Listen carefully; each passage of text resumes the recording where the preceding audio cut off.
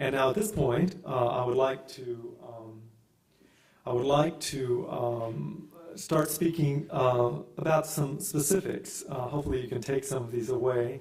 And for those of you that do not write grants, again, if you want to go to another session, now's the time, because this is going to be about suggestions for grant writing and approaching funders in general.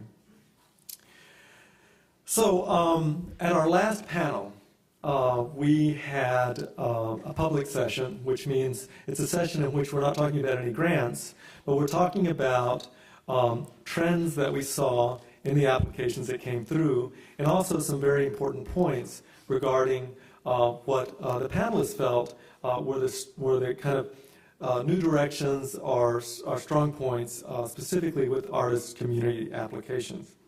One of the key issues that came up with this panel again and again was long-term tracking. That's really difficult, but they thought, and I agree, that it was really important because, there was a question asked this morning about the possibility that entities or individuals that were not for funding for the arts, they could be, just against the arts in general, or for what are libertarian, for whatever reason, the question was asked, well, is it possible to look at what goes on in an artist community and hold that up as an example of, they were talking about Mapplethorpe and all of those big issues. The answer is yes, absolutely. I mean, I was speaking to some of you during the break, and someone could easily make the case, if they wanted to an uninformed audience, that, oh, can you imagine this funding is going to support, this artist in a beautiful bucolic setting, and they don't have to do anything, and to present that beautiful picture there, and to say this is so wasteful. It could be presented in that way. Almost any issue can be presented in a more negative light. So I think that would be a vulnerability of this field, that you don't understand what is truly going on.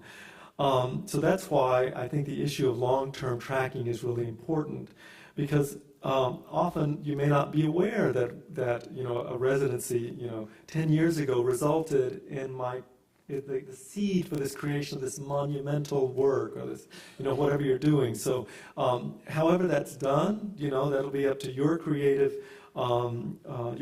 abilities to do that, but it was a big issue for the panel, so it's something to think about as you're applying for grants.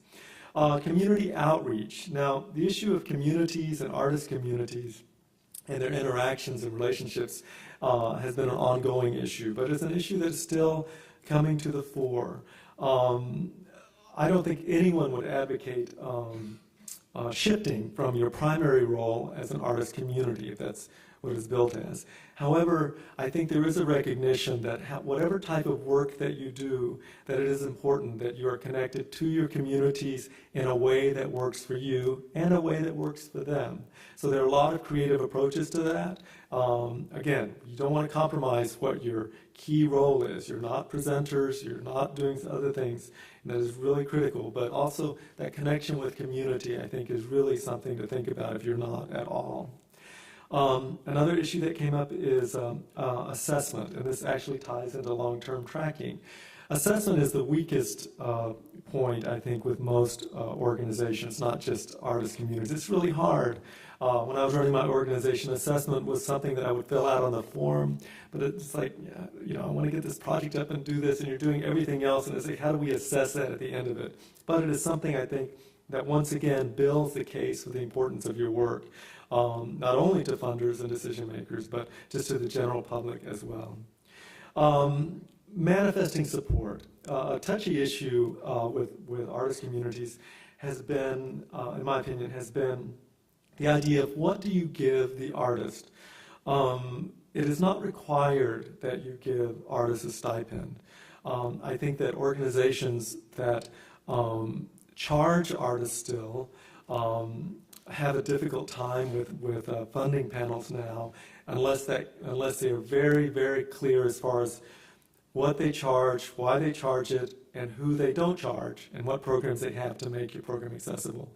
I'm not from your field, but I would imagine that at some point that was not unusual to charge to come and do that. Obviously, there are implications because, you know, most of the people that can apply are people that have the funding. So with the whole issues of diversity and new audiences and reaching out, et cetera, that's the discussion that takes place in these panels. So the key is manifesting that support. So indeed, if you do, because of your financial situation, need to charge, you know, again, just make it very clear, but also panels want to know that you're making your program accessible to as broad a group as possible. It doesn't have to be numbers, you know, it can be 2 or 3, depends on how many you have, but they want to see a commitment to that. And again, what this panel is talking about and what these comments are about the best projects. So these are things to aim for as far as on this feedback. Image issue, that's something that I think your field has grappled with. You know, what you're doing, how you're doing it, that's something that should be there. And then budget clarity. This is a kind of a technical nit. What happens with a number of your organizations is that you have different types of budgets. It can actually affect your score if you're not crystal clear with what that is. And this would mean, you know, if you're tied to a university, how your funding is very clearly set. And you can give notes. You can actually give an additional page if you wish to give us more detail on your budget. Because if you're tied to a university, it can be very complicated. But also, there are some organizations, and especially in artist communities, that actually work with an approved deficit because you're drawing off of your endowment. But often organizations don't list the endowment or are not really, really clear about that. And as a result, on our form, you'll see three big deficit numbers. We ask for a 3-year annual budget, and it may say, you know, $200,000 deficit, $300,000, $400,000, whatever. And oftentimes, these are planned deficits, and they're tied to an endowment. Please be crystal clear about that. Don't leave it up to the panel, because naturally, if you're on a panel, as soon as you see that, you're like, oh, red flags, are they in big trouble? Are they in deep trouble? And they aren't necessarily, but Pepper and I can't say, no, you don't understand. They're all covered. You have to just have it in there. So make sure you're very clear, because I think your field has some unusual situations.